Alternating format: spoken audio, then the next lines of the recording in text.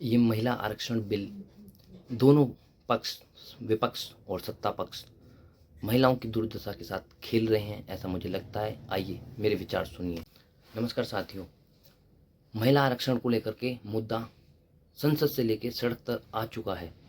विपक्ष इसे काला बिल बताता है, पक्ष इसे कहता है कि विपक्ष ने समर्थन नहीं किया, वो महिलाओं के विरोध में है। मुझे ऐसा प्रतीत होता है कि दोनों ही पक्ष महिलाओं के विरोध में है। अधिवक्ता होने के नाते मैं सीधे स्पष्ट कहना चाहूँगा कि माननीय मोदी जी बहुत कुछ चाहते हैं, लेकिन कुछ विषयों पर वो पीछे रह जाते हैं, जबकि उन्हें पता है वो, क्योंकि वो धरातल से जुड़े हैं। विपक्ष के नेता राहुल गांधी जी, मैं उनका नाम इसलिए ले रहा हूँ क्योंकि वो विपक्ष के हैं, उन्हें बहुत चीज़ों का अनुभव नहीं है अभी। अगर अनुभव होता तो इस मुद्दे को उठाते, जिस मुद्दे को मैं कह रहा हूँ।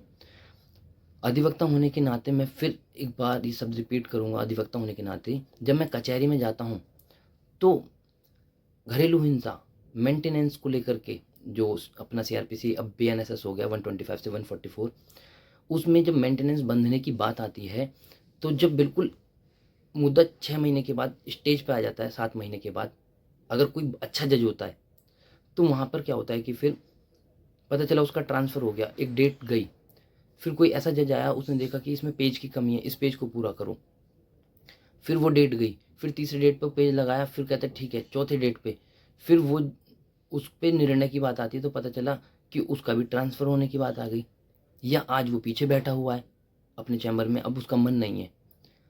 तो महिलाओं को लेकर के जो दुर्दशा है ज़मीनी स्तर पर, वो आरक्षण से क्या स्तर सुधार ला सकता है? मुझे नहीं लगता, क्योंकि अगर स्तर में सुधार आना होता तो आरक्षण को लेकर के बोला गया था कि 10 साल आरक्षण दिया जाएगा, उसके बाद भी आज तक जो आरक्षण की बात की गई थी, रियल में जो आरक्षण था वो वाला, जिस आप समझ रहे हैं, अभी तक उनका सुधार नहीं हुआ, तभी तो आरक्षण उन्हें मिल रहा है। तो हमारे कानून में बदलाव लाना बहुत ज़रूरी है। अगर हमारे कानून में बदलाव आएगा तभी बहुत चीज़ें सुधरेंगी। अभी हमारी जुडिशरी में सुधार बहुत ज़रूरी है।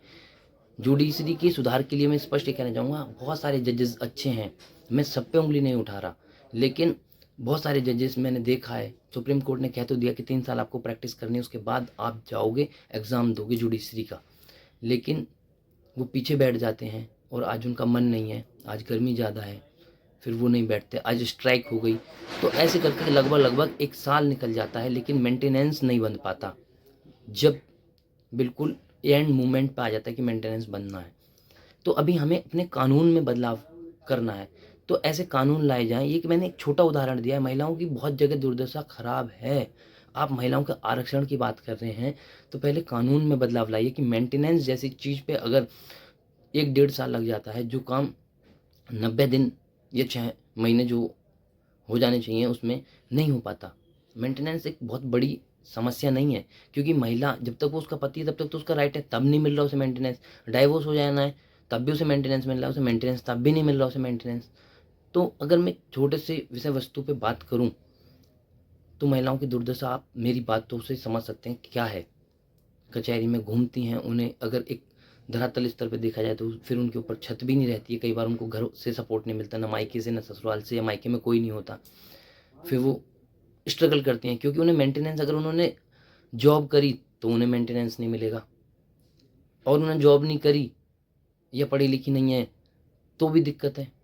बहुत ज़्यादा स्ट्रगल उनकी लाइफ में होता है। आप महिलाओं को लेकर के जो विषय उठा रहे हैं आरक्षण को लेकर, आप सिर्फ दोनों पक्ष राजनीति के एक रूप को देने के लिए महिलाओं के नाम पर उनके साथ, उनकी दुर्दशा के साथ खिलवाड़ कर रहे हैं। उनकी दुर्दशा जो है, पहले कानून में बदलाव लाइए, फिर आरक्षण पर बात करना उचित समझूंगा मैं।